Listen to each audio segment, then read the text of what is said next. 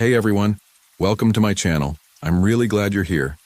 If you enjoy fun content and cool videos, you're in the right place. Make sure to hit that subscribe button and turn on notifications so you never miss an upload. Let's jump right in.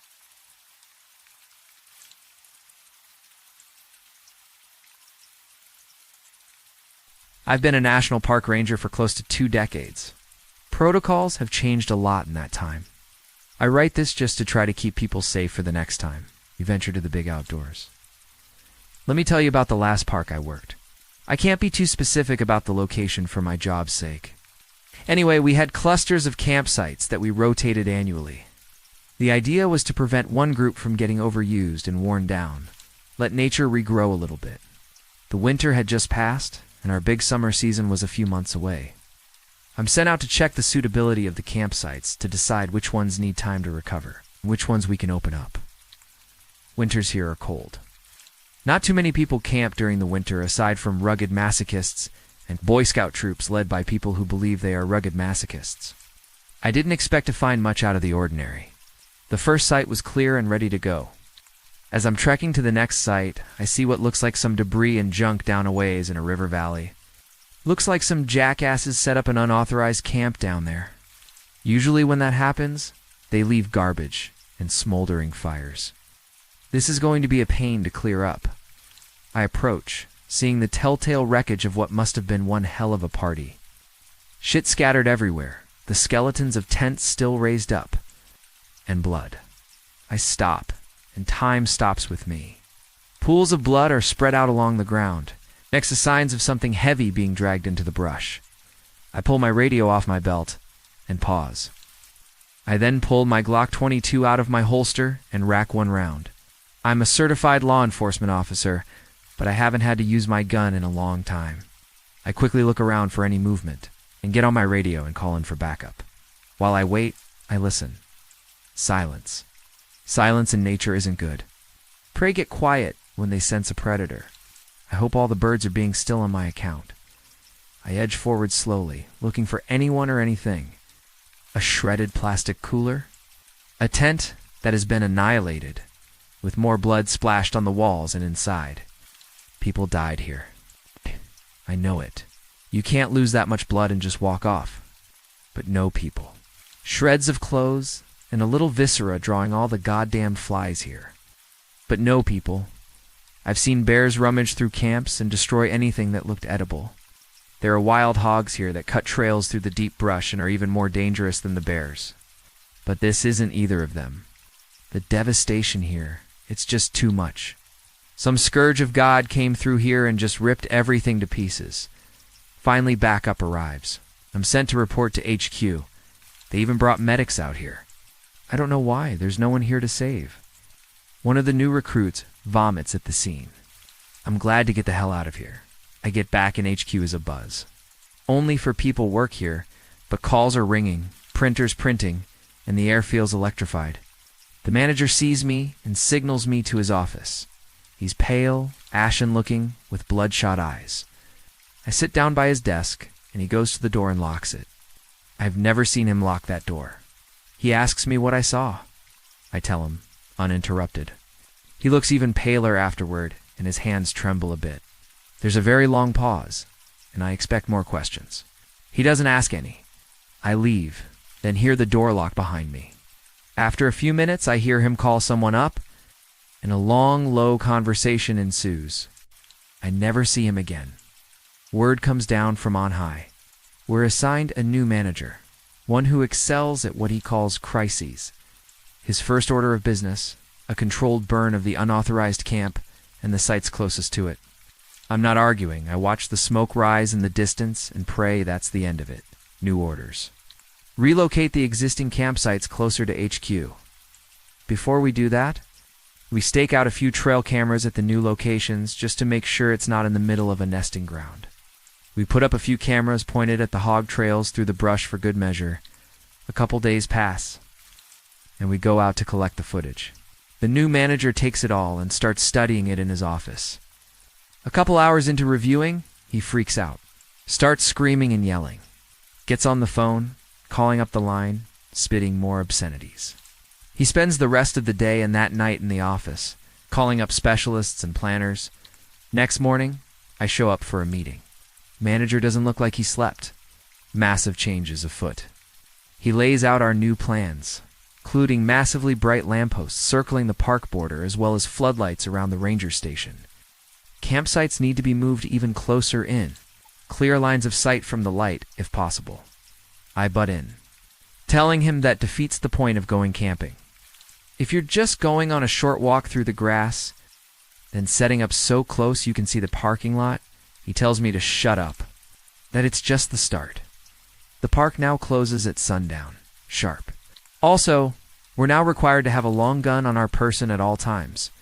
Now, it isn't uncommon for rangers to carry an AR-15 or a Remington 870 shotgun going out in the deep woods.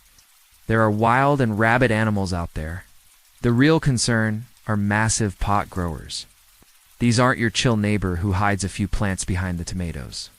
They run the spectrum from large-scale suppliers who like their privacy and dislike law enforcement to anti-government crazies who think we have no right over them. The true patriots. Both groups have a few common points.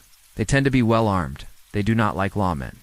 And they won't shy away from taking a pot shot at some dumb poor ranger who finds himself in their fields. Keep in mind Elliot Ness.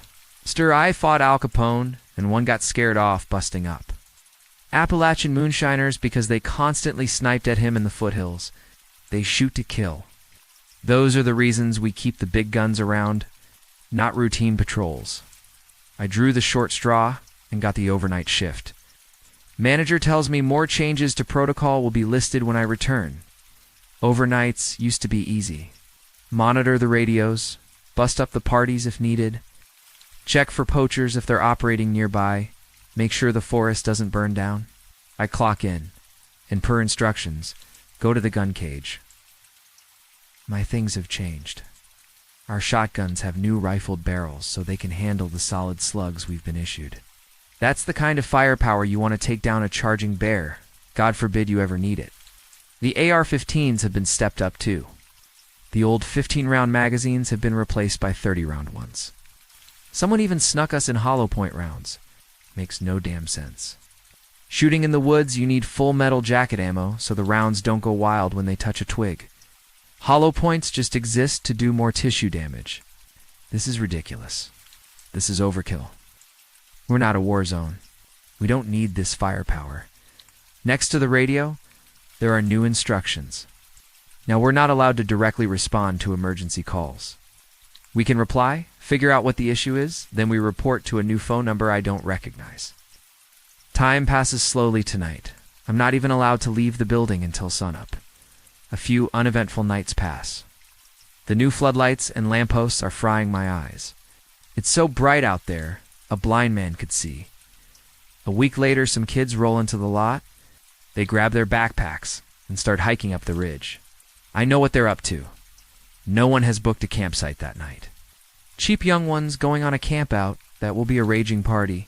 I wait for the sun to go down, confirming they're not out for a day hike. I call my manager to report. He instructs me to call the new number. I report up to them now. A curt voice answers the phone. He asks my park, then pauses. He asks the issue. Bunch of kids on an unauthorized site? Do I go break it up? I can see their campfire out the ridge right now. No, do not leave the building. Do not attempt communication. That is all. Report if there are any developments. Right after daybreak, the manager rides up. It's real early. Have you seen them? Did they leave? No, the car's still there. Let M rest. They're probably all hungover. He curses nonstop. He then goes inside to make a call. I'm outside looking up the ridge when he exits the station. One AR-15 in his hand, another one strapped across his back. Glock on his hip. He marches single-mindedly toward his car. I try to ask him what in God's name he's doing, but he isn't listening or responding. He takes a jerry can of gasoline from his car and marches up the ridge. I yell after him, to no reply. I consider following him, but that doesn't seem like a good idea. I go back inside and call the number. The same curt voice. The same direct questions? Yeah, the manager went up to that campsite. armed to the teeth and carrying gasoline. What the fuck do I do? Stay there? Do not interfere. Backup is inbound. Report if there are any developments. About the same time, I start to see smoke wafting off the ridge. 2 vans ride into the lot at a screaming speed. A dozen men, heavily armed and armored, exit quickly. I go out to check. Who are you guys? What's going on? The men are all lined up with that impeccable military precision. One of them, a commander I assume exists, the vehicle last. He says, "Which direction did he go?" I mean, he's up there.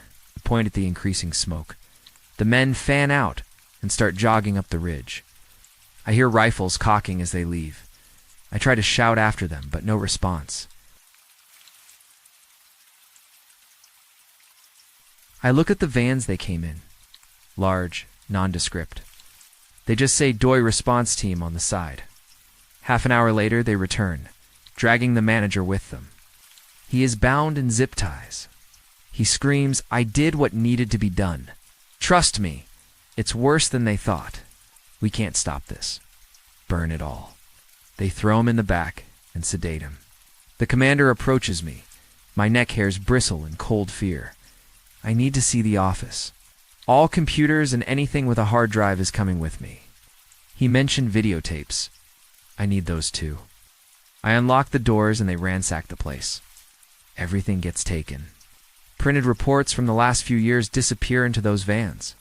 The videotapes get bagged up and held by the commander himself. He studies the gun cage. "Cute, you're out of your league." He scoffs. Finally, they found everything they looked for. The commander tells me, "Call the number. Tell them it's contained. You need a new superior. Also, don't talk about this to anyone." They leave. And just on cue, the fire brigade and a few news vans show up. The fire is contained, the news reports say. Rumors of missing campers are unsubstantiated at this time. Still, the rumors alone are enough to scare this season's campers. The quick change-up of managers is chalked up to bureaucracy. The press dies down after a week or two. The new manager is very good at dealing with them. Thankfully, with no new campers and our now even shorter open hours, they can get more work done around here. Rebuilding the station took some time, and we just set up the new campsites. They're practically spitting distance from the station. Nothing dramatic happens for a few days. Then, on a whim, the manager tells us to set up some cameras around the station and the campsites. There's usually so much human activity around here, all you see are some raccoons. Maybe the rare hungry bear. But we humor him and set them up all around. A couple of days pass. We collect the footage. I play poker with one of the rookies, while the manager watches hours of footage of an empty but brilliantly illuminated parking lot. Then he gets to the footage around the station. Screams come from the office.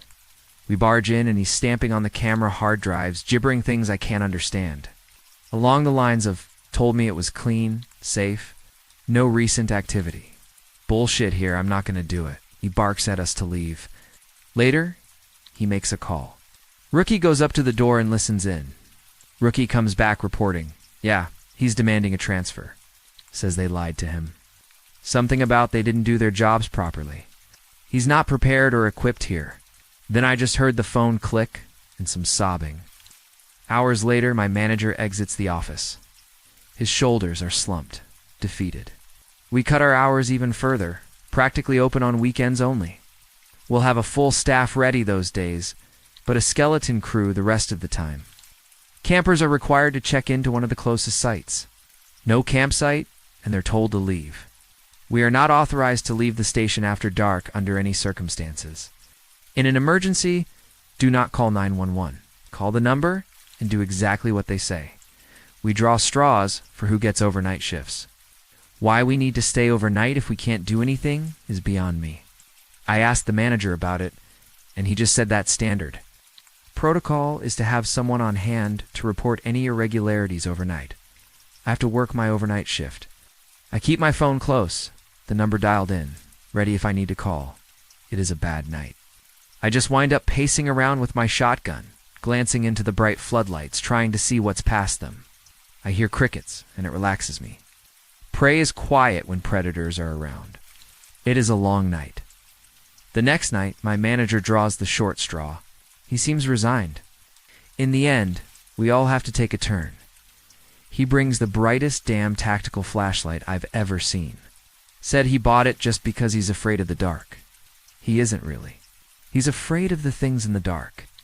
I get a phone call at 3 a.m. It's him. Get over here now and bring guns. Wow, you have a damn arsenal. Oh, I swear to God I fucked up. Oh man, I think they're attracted to the light. I called that number, and all they said was backup would be here in the morning. Oh fuck, goddamn. I hear the piercing staccato of gunshots. Pause. More gunshots. Screaming. Scuffling. The line goes dead. I call the number. A new terse voice answers. Look, I work at Park. I just got off the phone with I just spoke with. What can you report? Something bad happened. It's serious. I heard gunshots. We'll have backup there as soon as possible. Did he say anything else? Yeah, he said he thought they were attracted to the light. Doesn't make sense to me. It's interesting. Thank you for your report. The park is now closed. You will be reassigned. Goodbye. Click. Officially, the park was closed to be scheduled for a controlled burn. Let the old trees die and make room for new ones. There was nothing in the official report about what happened to the manager on duty. The public understanding was bureaucracies need to be shaken up on occasion. No one asked any more questions. I get transferred to a new park halfway across the country. Change of scenery and beautiful. They've got some odd rules here too. Don't go far after dark, and don't carry a flashlight. I'm concerned about why. Why can't you use a flashlight at night when you need one? They won't tell me. Be safe, everyone.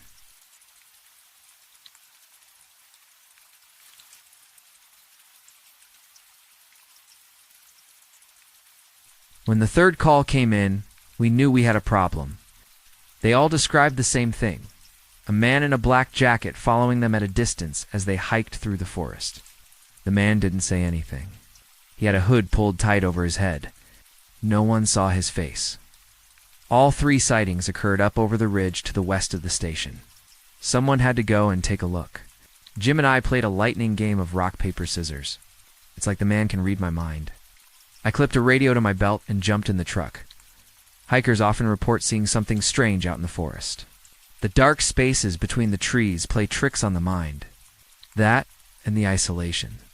But 3 sightings within a week describing the exact same thing ruled out a simple case of imagination in overdrive. Someone was out there.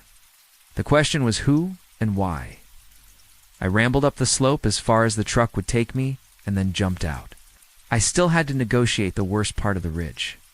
The slope gets steep in parts and is hell on your legs. It made me think, why has someone been spotted way up here on 3 different days across the space of a week? No one lived up this way. It wasn't a place for folk on a daily walk. A pang of fear gripped my stomach. Should I have come alone? I crested the slope and reached for my radio, and then I saw him. A silhouette mingling with the shadows between the thin trunks of birch. He was the length of a football field from me. Black jacket and a hood, he half turned in my direction and took a step forwards. In a strange way, it gave me comfort. If there were any nefarious reason for him to be out here, I'd have expected him to retreat into the woods. Even at this distance, he couldn't fail to recognize my ranger uniform, as I came within a distance where I could call to him without yelling. I raised a hand in greeting. I strained to see his face, but a deep and dark shadow obscured his features. I opened my mouth to say hello, but before any sound came out, turned and strode into the forest. I called after him, but he continued to thread his way through the trees. I skipped a few paces to bridge the gap between us. Within touching distance, I reached out and a strange sensation flowed through my fingertips. It felt like a controlled release of electricity, not painful. Almost like a severe case of pins and needles. Before I could retract my hand, a brilliant light flooded my vision. I shut my eyes and covered them with my hands. Somehow the light shone through. I cried out and stopped dead in my tracks. And then the light was gone. I opened my eyes. I stood in a clearing. The sun streamed down through the gap in the trees. At the center of the clearing stood an old stone well, the walls extending up to about waist height above the ground. I had seen structures like this around town, relics of frontier times. That a well would be out here in the middle of the forest, far from any settlement past or present, was baffling.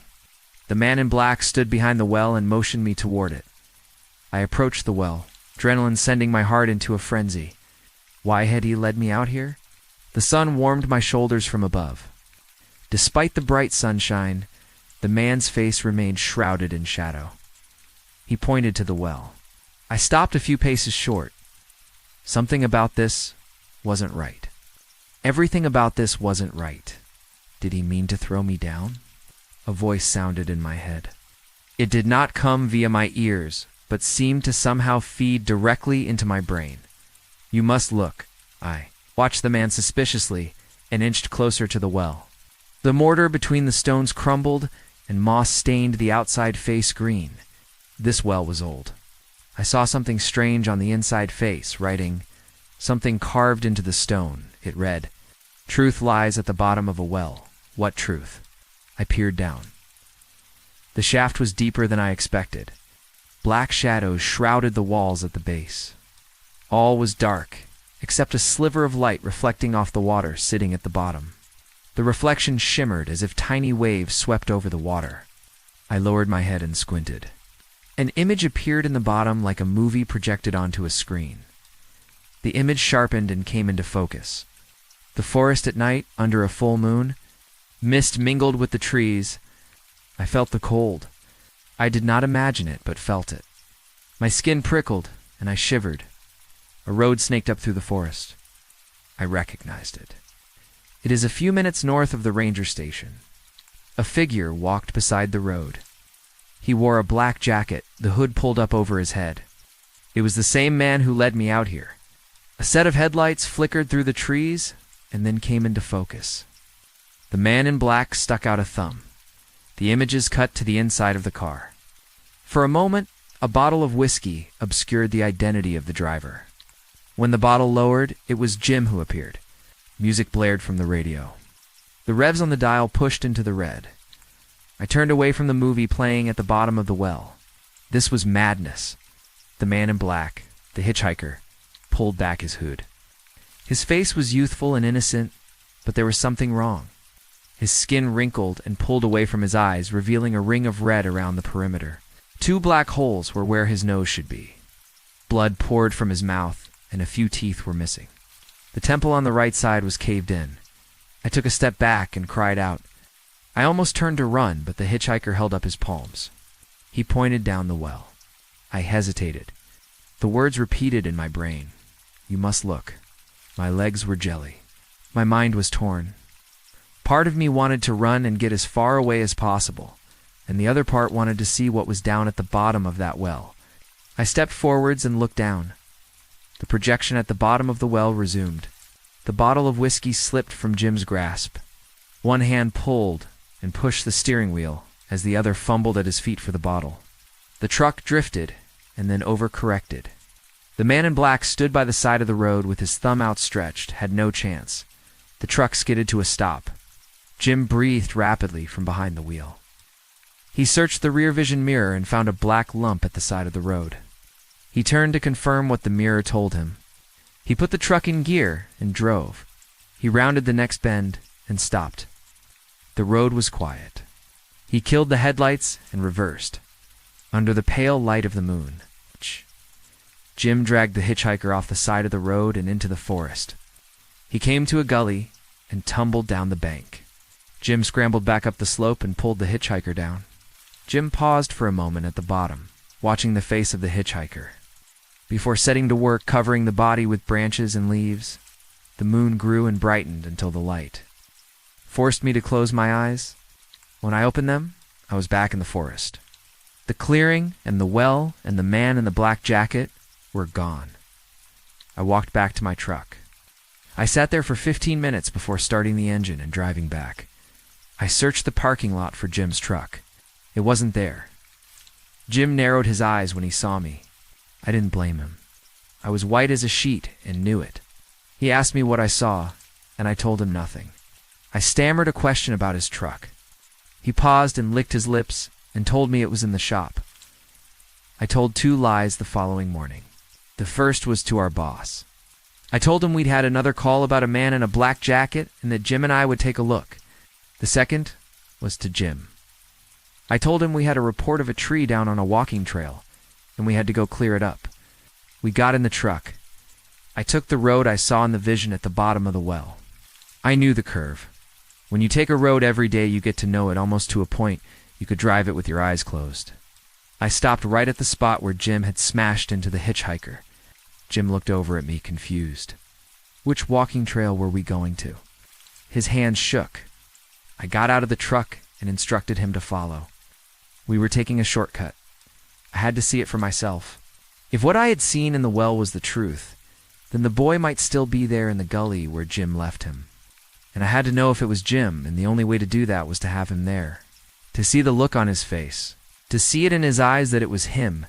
Jim fell behind, and I barked at him to keep up. We were almost at the gully. I turned back, and Jim had stopped. He implored me to turn back. I kept going. The gully fell away below my feet. At the bottom, partially hidden below a stack of branches, was a figure wearing black. I shouted back to Jim. I told him something was down there. He begged me to stop. I unclipped the radio from my belt and called it in. Jim's shoulders fell. He ran a hand through his hair. He searched the slivers of sky visible through the trees for answers. For a split second, his mouth turned downwards like a child about to cry. I had him. But a moment later, all fear left his face. He sighed. He strode confidently to the crest of the gully and looked down. He told me I was right, and that there was something down there. I searched his eyes. I looked for guilt. I saw only Jim, the guy who worked at the desk on the other side of the partition. How could he be so calm? How could he not break down and confess? The police came and retrieved the body. They identified the hitchhiker, an 18-year-old runaway escaping an abusive father.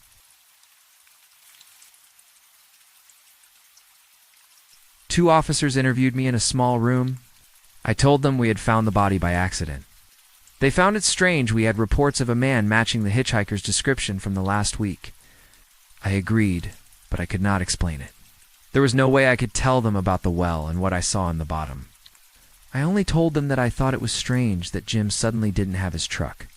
This produced furrowed brows. I only repeated that I wanted them to look into it. Whether the police investigated or not, I cannot say. Jim's truck never resurfaced. He says he sold it. The death was classified as an accident, and no suspect or witness was ever identified. I know the truth, and so does Jim, but I can't prove it. I still sit at the desk on the other side of the partition. If it plays on Jim's mind, he never gives anything away. One night I left a note in his letterbox that said, "I know it was you." He has never mentioned it. I see the hitchhiker in my dreams. The headlights from Jim's car, lighting his face in the last moments of his life. There is nothing I can do for him. Sometimes I go out to the forest and search for the well. I have not seen it since. Sometimes the truth lies just out of reach. Sometimes it seems so far away it could be down at the bottom of a well.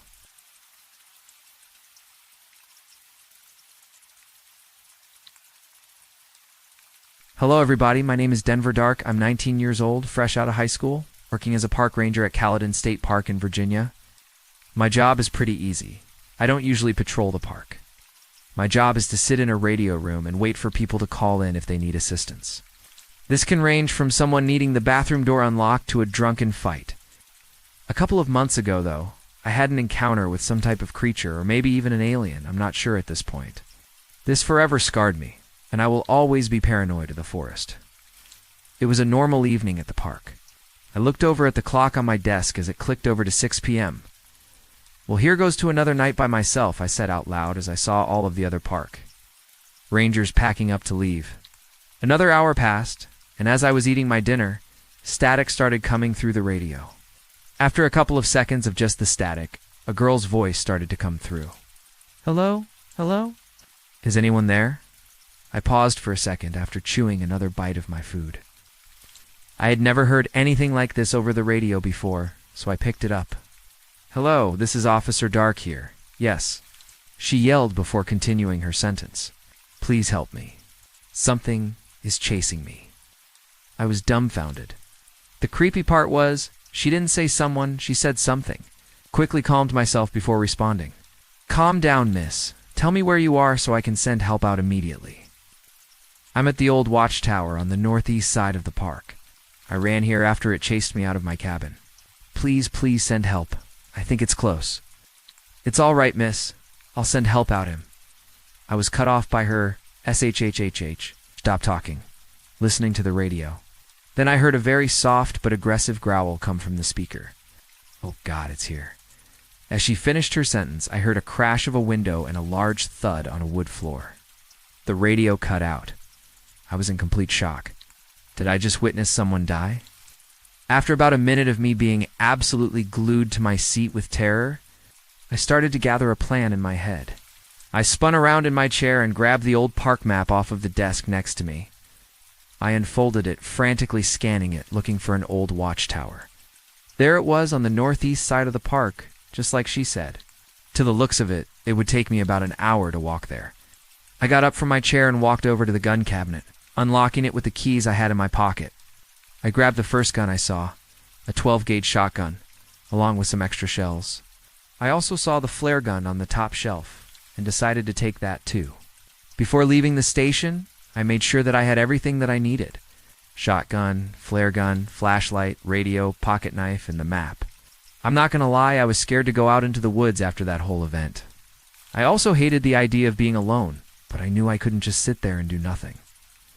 As I exited the station, I was greeted by the cool breeze and a beautiful sunset of a summer evening. All of the night bugs and animals started to come out. I could hear the calling of the cicadas in the trees, while the crickets buzzed below them on the ground. It's weird because you wouldn't think that such a breathtaking scene could hold such horror that the lady experienced, since it was a long walk. I started moving at a faster pace than I normally would. As I was about 10 minutes away from the tower, everything changed. Once an amazing sunset now turned the forest into a pitch black that no person could see into, along with the deafening sound of silence as the cicadas and crickets stopped chatting. This was extremely odd. I had been in this forest many times at night, and nothing like this had ever happened. A few more minutes of walking later, and I saw the old watchtower. It was about 70 feet tall or so, with a hut at the top of it. The watchtower had seen its better days. The wood looked very old, with it being damp and cracked in many spots. At this point, I was at the base of the tower. Right before I was about to go up on the first step, I got the worst feeling I have ever felt. My head started to spin. I was very nauseous and started to see stars.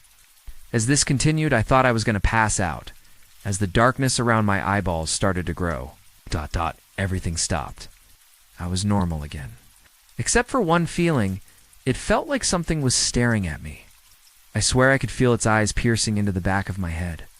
Its glare almost felt sharp, like a knife had been jammed into my side. I spun around as quickly as I could, holding the shotgun in front of me. Nothing. There's nothing, I thought, until I scanned the tree line in front of me about 50 or so feet out. Oh my gosh, I let out as I see deep in the forest a pair of two vibrant green eyes staring at me. I was struck with fear, my eyes not being able to leave the sight, my feet almost cemented in the ground. After about a minute of me staring at it, it winked at me. It winked at me. After this, the eyes disappeared and went back into the brush. I didn't know what to think. The only thing that I knew was not to stay in that spot. I ran up the old wooden stairs as fast as I could. But then I remembered the radio call I had gotten earlier. I prepared myself for a bloody scene. But when I reached the top of the steps, the hut was empty. No blood, no body, no lady. The most disturbing thing of all, though, was it looked like this place hasn't been touched in years. The floors and desk in the room were both completely covered in cobwebs and dust. A large radio sat on the desk. It must have been the one that came through to mine, but that too was engulfed by the webs. Something very strange is happening. I just couldn't figure it out. On the edge of the desk was a stack of very old newspapers. My curiosity took over and I picked one up. Date, 1978. Headline, Woman attacked and killed by the Wampus Cat. Locals say this didn't make any sense. This couldn't be the same lady I just contacted. I needed to find out more, so I kept on reading. The next thing that I read sent shivers down my spine. The Wampus cat resembles a very large black panther, most known for their very bright green eyes. My blood ran cold. I needed to get out of this place right now. Right as I shoved the newspaper into my pocket and was ready to run, it was too late. Before I could turn around, I heard a sound. That same damn bone-chilling growl I had heard on the radio. I turned around as fast as I could, raising my shotgun. There it was, the beast itself. The Wampus cat, this cat was massive. Quite possibly the biggest mammal I had ever seen. It stood on all fours at a staggering height of at least 8 feet tall. It had deep old scars all over its body, probably from people like me. Its paws were the size of small dinner plates and didn't forget its face. The lips were completely barred back, showing its dinner knife-like fangs. And the most important thing of all, those dang green eyes almost staring into my soul. I didn't waste any time and pulled the trigger, sending a slug at my target. I landed the shot, but it barely did anything. The cat staggered back when the slug hit him, but that's about it. How is this thing still alive? The round had left a bloody hole in its torso about the size of a dollar coin, but alas, the creature was pretty much unfazed. I decided to run for it, booking it to the exit, only to be stopped by the huge feline pouncing on my back and pinning me to the wood floor. The beast raked its long claws across my back, leaving an extremely painful wound. It felt like I was being burned with a hot iron. I could feel my shirt already being soaked with blood. I managed to flip around on my back to face the beast, holding its head away from my face. Although I was able to keep its head at bay, I wasn't with the paws. It started swiping at my face, leaving those searing claw marks on me again. I tried to reach for the shotgun on the ground next to me, but I wasn't able to. Blood from the gashes started to seep into my eyes, stinging them, not allowing me to see. With nothing working and all of the blood I was losing, I started to give up. There was no point. I couldn't overpower this thing. And right when I was about to give in, thinking about all of my friends and family, an idea sparked into my head. I reached in my pocket and pulled out the knife I had forgotten about. I flipped the blade open and immediately stabbed the cat in the neck with it. The beast reared back in pain, leaping off of me. This was my only chance to escape. I quickly got up and snatched the shotgun before sprinting down the stairs.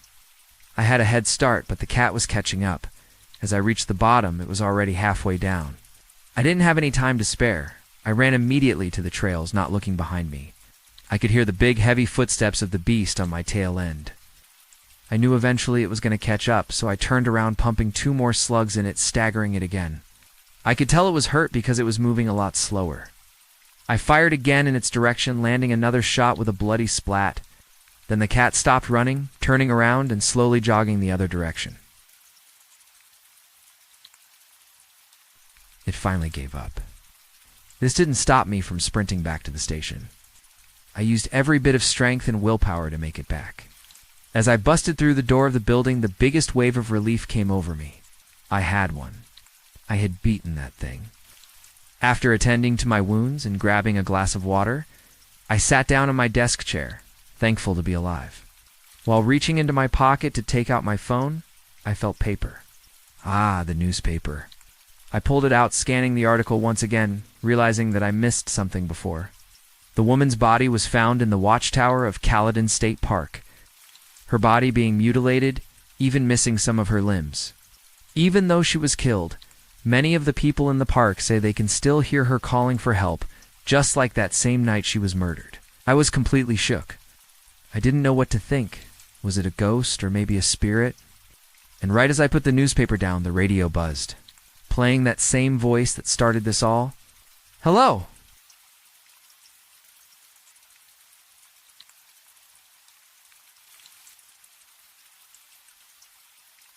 The drive through this part of Nevada was beautiful. The tall cliffs were lined by majestic pines, while the road leisurely wound through the scenery. But no matter how amazing the view was, it couldn't change the fact that I was out here to deal with something incredibly unpleasant. My brother, Jason, worked as a park ranger until he suddenly went missing one night. No one knows exactly what happened. From all appearances, he seemed to have gotten up from the ranger station to check on something routine and never came back. There was an extensive search, but nothing turned up. The ranger station had been found exactly as it should be. There were no signs of a struggle. No strange tire tracks or footprints leading away from the park, and no eyewitnesses who reported seeing Jason anywhere after that. So here I was, trying to do what everyone in my family wanted me to do and see if I could find anything. Was I optimistic? Not really, but stranger things have happened in life. All I knew was that I was here to look around, and that was what I was going to do. It was late afternoon by the time I arrived at my destination. The town the park was located by was as average as could be. A main street lined with a variety of shops and stores, and residential areas that branched off it. A place you've seen on 1,000 brochures and postcards. I parked in front of the local pizza restaurant. Not only was I hungry, this would be a great opportunity to see what people around here were like. If they were open and welcoming, especially if I mentioned my brother, I'd know what I was dealing with. If not, that meant something was up, and I would get out of there as quickly as possible. The pizza place had a few customers this time of day, so I got right in at a table in the middle of the restaurant. I decided on a medium pepperoni pizza and relaxed in my seat while sipping my water. Once I was done eating my pizza, which was very good, I paid the bill and left a generous tip and headed to the park my brother had worked at for 2 years until he vanished one night. The park looked like any other I'd seen. Well-maintained, neat, and orderly. The kind of place you'd like to have a picnic in. But of course, nature is like anything else. What you see on the surface is only a fraction of what is really going on. I drove up the neatly landscaped driveway, parked in front of the ranger station. My shoes crunched on the gravel as I got out of the car and approached the building. I was expecting an old rustic cabin, but this ranger station was relatively modern, with large bay windows and a gleaming metal facade. I approached the front door, knocked, and waited. A moment later it opened, and a man in a ranger uniform looked at me. "How can I help you?" He asked. "I'm Alex, Jason's brother. I'm here for some information." "Oh, I see. Come right in." The ranger held the door open and pointed to a sitting area. "I'll let the boss know you're here. Can I get you something to drink?" "I'm fine, thank you." "All right. We'll be right with you." And with that, the ranger hustled down the hallway, and I was left alone. I hadn't given anyone a heads up I was coming. I didn't want anyone to prepare for my arrival. My brother had gone missing several weeks ago. It was just a question of why. I don't believe he just ran off for no reason. So that meant there had to be a reason why. And everyone, me included, wanted to know what that was. Since he went missing at work, it seemed obvious to be work-related. But it was entirely possible that it was connected to something else. It could have been something he encountered while at work, but had nothing to do with the job itself. Personally, I've never been a huge fan of camping or anything like that. I certainly appreciate nature, but I'm definitely more of the stay inside and read a book type. Jason was always much more enthusiastic about the outdoors, and it wasn't a surprise to anyone when he became a park ranger. Just like it was no surprise to anyone when I became an architect. And here we were, at that moment, an older man who was also in a ranger uniform came out and faced me. "Alex." "Yes, I'm Tim, park manager." He shook my hand firmly. "Nice to meet you," I said. "Likewise." Jason was a good ranger, and we all liked him. So if I can be of any help, don't hesitate to ask. "I appreciate that. And what I need now is information." Tim nodded. "Of course. Why don't you follow me to my office?" He led the way to his office, a small room with a neat view of the park entrance. Once I sat down in a chair facing his desk, and he leaned back in his desk chair, we started talking again. I would love to say we have new information for you, but we don't, and it bothers me. We've never had an incident like this in the history of this park, I see. The only other thing I can think to add is that about a week or so after he vanished, I was out on my route checking on things, and I could feel someone watching me, just for a moment, but it was there, and I had no idea who was responsible. Because when I looked around, I didn't see anyone. Interesting. Do you mind if I ask you a question? Not at all. What do you think happened to your brother? I've thought about that a million times. The honest answer is, I don't know. But I don't believe he just ran off. That isn't Jason. That's fair. And for what it's worth, I don't believe it either. All right, Now it's my turn to ask you something. What are the odds that something happened to Jason out here? Tim paused as he considered my question. Somewhat possible. I've always liked working here, but the woods are the woods. And things happen out there, no doubt. Okay? The next logical step is to think that if something happened in the woods, where exactly was it most likely? Are there any locations around here something odd tends to happen at? Places people tend to steer clear of if they can avoid it. It doesn't have to be in the park, but around town. Tim chuckled. Oh, that would be the old quarry. No doubt about it. Or more exactly, what's left of the old quarry. You know, mining used to be the big industry out here. I do. What's happened at the old quarry? That I know of? The usual things people would prefer to forget. And that's just what we know of. Can you point me towards it? Tim stood up from his desk. I can do better than that. I can show you where it is. Great. Tim led the way in his truck, and we were there in 15 minutes. We parked on a small cliff overlooking the quarry itself, which was now filled with water. A group of 5 people were sitting further down on the cliff, and they glanced at the 2 of us with slight interest when they saw our cars pull up. When we got out of our vehicles, we briefly glanced at each other, and Tim gave me a slight nod of encouragement. Then I stepped forward. I'm looking for some information. My brother's gone missing. He was a park ranger. If you can help, you'll be compensated for it. Then I took out my phone, pulled up a picture of Jason, and held it up so they could see it. The group all looked at the photo for a second. After a moment, I saw one of the guys do a double take. I've seen him, the guy nodded. Less than a month ago? I got chills as he said this, because that would be right about the time Jason went missing. Where was he? The Wistful Pines in... It's a hotel about an hour away, Tim said. What was he doing? Nothing in particular. Just hanging around near the road from what I could tell. But from the look in his eyes, he seemed very focused on something. Thank you for your help. I reached in my pocket and gave him a $100 bill. Then Tim and I headed for the Wistful Pines Inn. It was your typical roadside motel with 2 stories and a swimming pool in front. There was also a small sign advertising where the front office was, so I headed there while Tim stayed in his truck. Standing at the front desk was an older woman with long silver hair. Hello, how can I help you? She asked politely. My brother went missing in the area about a month ago, and I was wondering if maybe you'd seen him here. Then I showed her the photo. There were no signs she'd ever seen him before. No, I'm sorry. I don't recall seeing him here. Put my phone away. Thank you. But that doesn't mean he wasn't here. Just that I didn't see him. What was his name? I gave her Jason's full name.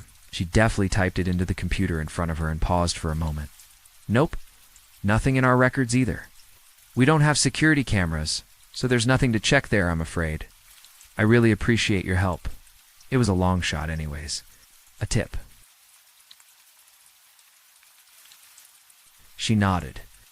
I see. Well, your tip may be right after all. Because strictly between us, her voice lowered a bit. A film crew was staying here for about a week while they were in the area to film part of a documentary. They haven't been seen since the night before last. The idea settled in the air uneasily as she pressed a few buttons on the computer before turning the screen so I could see it. On it was a local news article about the film crew who was in town to do a piece about abandoned mines. The film crew all looked to be close to me in age, and by all appearances they seemed happy and content. Thanks for telling me. Sure. I have no idea what happened, but good luck with finding your brother.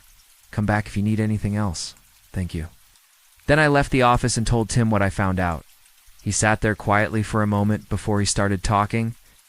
We've dealt with a lot of people wanting to get footage of this or that over the years. It's amazing, really. How nature can be dangerous enough when you know what you're doing and have tons of experience. Doubt. Is it possible that they disappeared not just because they were filming, but because of what they were filming? Tim considered it for a moment. Absolutely. Just a thought. No, I get it. It's a valid question. We have no idea what they were filming, but we can always double check. It's certainly possible that they were filming something completely routine and stumbled onto something they didn't intend to. I shivered slightly at the thought. One person going missing could have many explanations. 2, going missing doesn't have as many possibilities. But a number of scenarios could have happened depending on the circumstances. But a group? That's inherently unsettling because it strongly suggests something bad happened, but with nothing left to go on. I had no choice but to call it a day, especially since I had actually accomplished something since I got here. So I grabbed some dinner at a local diner and planned to go back to my hotel room. I had just gotten in my car when there was a knock on the driver's side window. My jaw dropped when I looked up and saw Jason. He was dressed casually in clothes that looked a little beat up. But there was no mistaking my brother. I immediately opened the door and climbed out of the car so I could take a good look at Jason. His clothes were worn. He'd been spending a lot of time outdoors, and he looked a little gaunt, but it was him. I never thought I'd ever see Jason again. I thought he was lost forever, so I was ecstatic to see him. I could barely believe this was happening. Good to see you, Alex. He said nonchalantly as if our meeting was the most routine thing in the world. What is going on here? I failed to keep the shock out of my voice. I ran. From what? Then the simplicity of the response was chilling. It said so little and so much at the same time. Them. I asked, let's just say I was out in the woods, and it turns out I wasn't alone. I barely got away. The film crew that vanished? I don't know anything about that, but it doesn't surprise me. We need to get out of here. Right now. From the look in his eyes, I knew Jason was seriously afraid of something. And since I'd accomplished what I set out to do here, I had no reason or desire to stay. So I got back in the car, he hopped in beside me, and I pulled out of the parking lot. How did you know I was here? I asked him once we were heading down the road. I've seen you around town. Where should we go? Away from here. Got it. Can I ask why? Of course. While working at the park, I'd heard rumors of the area's past. By now, I'm sure you know it used to be a prosperous mining area a few decades ago. Or at least it was until there was a nasty accident that just resulted in the mining company closing down after a bunch of people died in the mine after there was a cave-in. I heard rumors that there were a few people that survived the accident, but never came out of the mine and vanished into the hills. I'd always considered it just a campfire story until one night a few weeks ago. A group of people came out of nowhere, chased me into a cave, and I'd thought I'd never get out. When I was finally able to escape, I was in the middle of nowhere and had to use my outdoors experience to find my way back here, especially since I had no idea how many were out there or if I was being followed. That was why everyone thought I'd disappeared. If anyone could make it through that, it would be you. Appreciate it. The road we were on had narrowed down to one lane, and I was acutely aware that we were surrounded by tall trees on this stretch of road. But when the road turned, and I saw the road was blocked by a massive fallen tree, my stomach clenched, and I felt my blood freeze in my veins. I quickly tried to back up, but when I did, I felt the tires run over something, and I knew they would be flat in no time at all. I didn't dare get out of the car. That was what whoever was behind this wanted. So I took a deep breath and looked outside. Darkness had settled on the area, and there were only a few streetlights illuminating the road out here. But even that was enough light for me to see some shadows moving at the far end of the road by the woods coming slowly towards us. The sight made me grip the steering wheel so hard my knuckles turned white. What do we do? I managed to ask Jason. Stay calm. They want us to panic. Before he could say another word, headlights blazed to life out of a cluster of trees to our right, and I thought for sure the vehicle they belonged to was going to crash straight into us. But I watched as the vehicle in question, a small RV, roared past us, parked alongside us on the curb, and the driver's side window rolled down.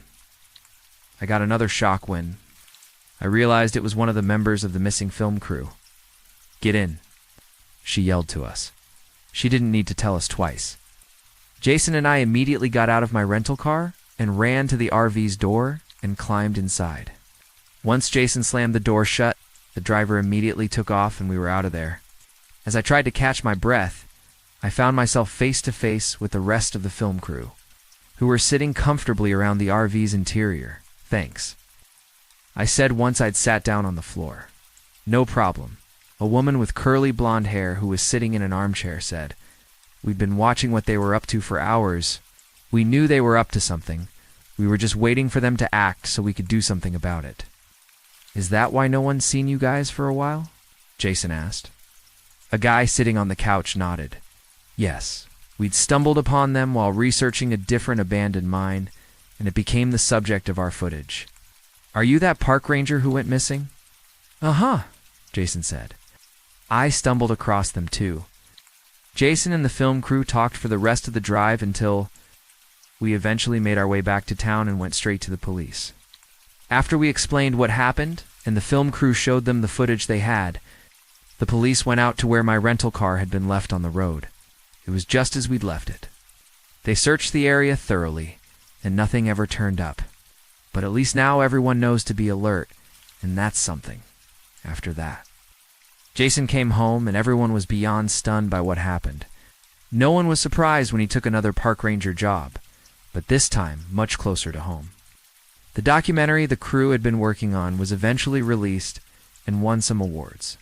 Jason and I even went along to a few showings to talk to the audience. It was definitely a unique experience.